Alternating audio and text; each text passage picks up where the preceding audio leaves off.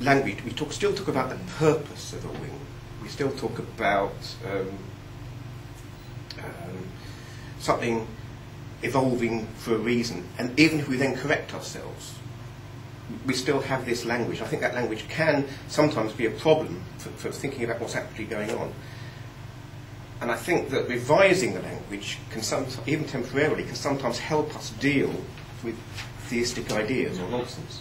And one of the examples of that, I think, is that, again, Simon Conway Morris talks about life. Here's two areas called chaos and order.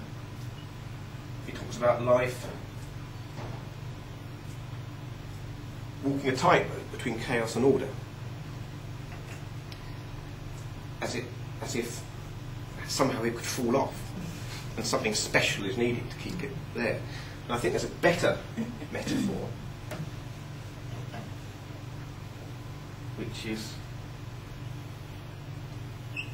life is like a shoreline, or rather the boundary between chaos and order is like a shoreline. There's nothing special about this. If you've got land, you've got sea, you've got to have a shoreline somewhere. So it's not surprising that you find a shoreline, and at a shoreline interesting things happen. Boundary between order and chaos, interesting things happen. There's going to, providing you've got a universe with some order in it and some chaos in it, you're going to find a division, a boundary.